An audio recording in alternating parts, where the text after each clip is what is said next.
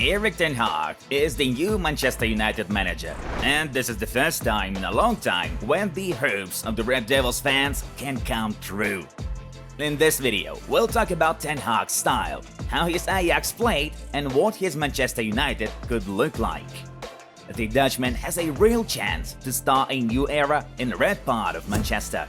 Subscribe to our channel and let's get started. In our breakdown, we will mostly show examples of two versions of Ajax. The first one is the 2018-19 season when Ten Hag's team reached the Champions League semi-finals. That team made lots of fans fall in love with it and knocked out Juventus and Real Madrid in the playoffs. The lineup usually looked like this. The second version is last season's Ajax. The starting lineup most often looked like this.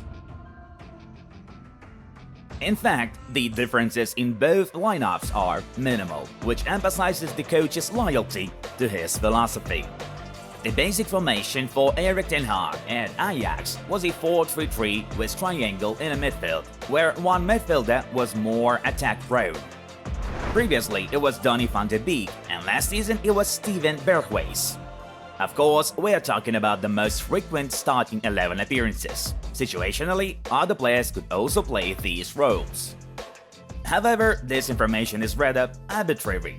In the attacking phase, it's more like a 4-2-3-1, when the attacking midfielder moves higher in line with the wingers. Whereas, during defense, the formation transforms into a 4-4-2 if necessary. The attacking midfielder rises to the forward in the first line of defense, and the wingers go lower and form a line of 4 with defensive midfielders.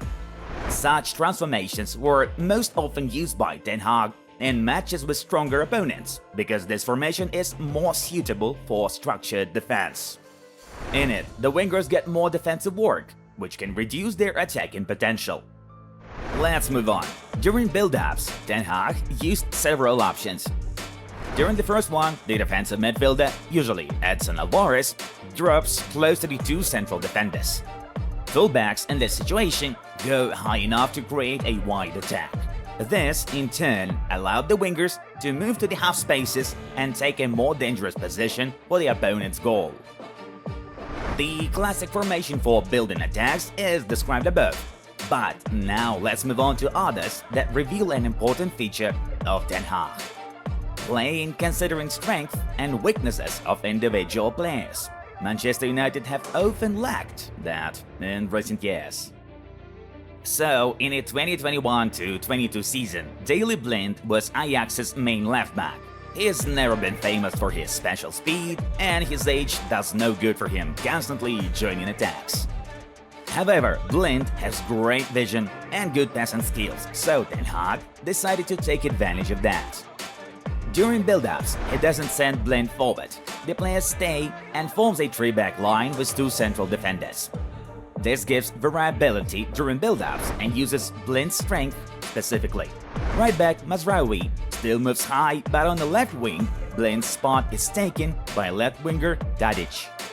The Serb doesn't move to the half space in this situation, as it wasn't a classic variant, but the quality loss from this is insignificant. Particular danger in half spaces is created by inverted wingers, left-footed on the right and right-footed on the left. Such wingers are dangerous in the half spaces because they have the option of shooting on goal with the strong foot. Tadic, being a left-footed player, performs as a left lateral very well, but on the right wing of Ajax, the star of Antony was born. Due to Mazraoui's presence and support, he becomes that very threat when moving to the half space. Yes, you heard that right. He's a lefty playing on the right, and his presence in the half space poses the maximum threat. This is a great example illustrating Ten Hag's work. Let's sum it up.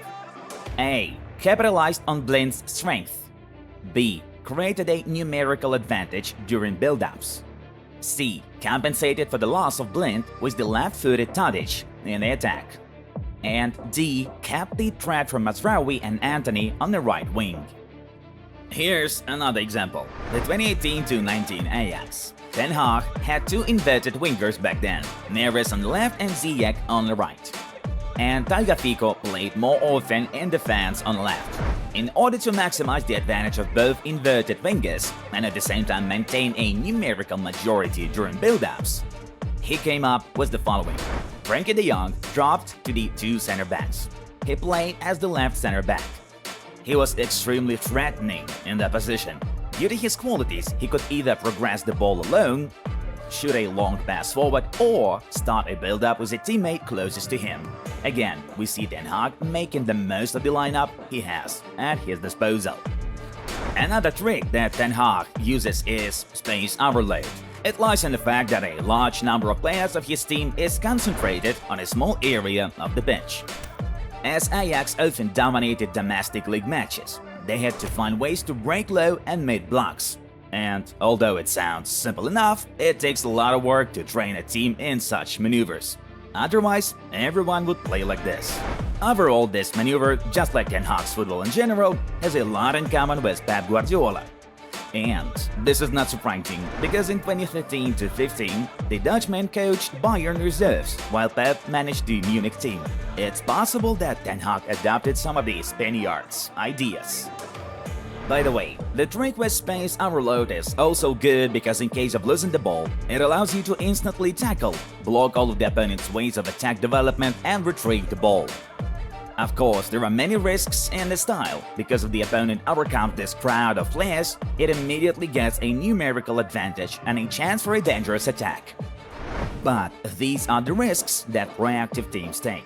And it seems that this is the kind of coach that Man United fans wanted after Mourinho, Solskjaer and Rangnick, who basically adjusted to the opponent.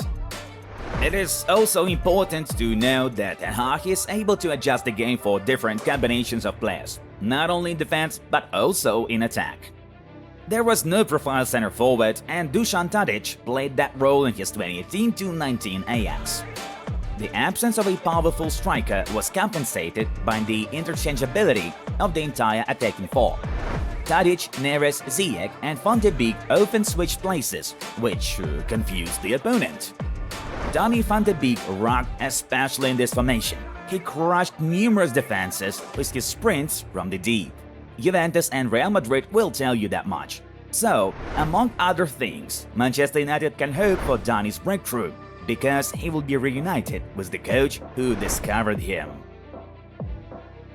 This season's Ajax has been playing with a distinct center-forward order, and the team is also doing great. This is confirmed by Sebastian's performance. The Ivorian is by far the best goal scorer of the Eredivisie. Ten Hag worked with Ode back at Utrecht, and together they led the modest club to European football. Who knows, maybe the Dutchman will want to bring his favorite with him. And yes, Ajax's performance in the 2021-22 season is simply out of this world. They beat opponents with a score of 5-0 9 times and twice with a score of 9-0. There were also defeats with a difference of 4 goals. The Red Devils fans may start rubbing their hands. Now, let's talk about Manchester United a little. What to expect from Ten Hag? He plays modern football. Man City, Liverpool and Bayern are showing the sickest football out there right now. This kind of football doesn't imply that there are players with special treatment and privileges on the pitch. This calls into question Cristiano Ronaldo's future at the club. The status of the Portuguese means that the game should be built around him, and not him being put into the team's game. And it's a big question whether Ten Hag would go for it. Paul Pogba also doesn't really fit into Ten Hag's concept, but the Frenchman's contract is already expiring, so this issue will be resolved on its own. Let's not forget that Manchester United have a very strong squad individually, but no one could make full use of their potential in any way. So don't expect too many transfers. If Ronaldo leaves, then maybe someone will be signed to replace him. A defensive midfielder signing is also possible. But more attention should be paid to present players. Much can be expected from Van de Beek, Sancho and Rashford should make a comeback. Bruno Fernandes is still there, and the defense is very well packed as is. The Red Devils fans are probably expecting something new and exciting. Enjoy, guys! Thank you for watching this episode. Drop us a like if you enjoyed the video and see you soon. Bye.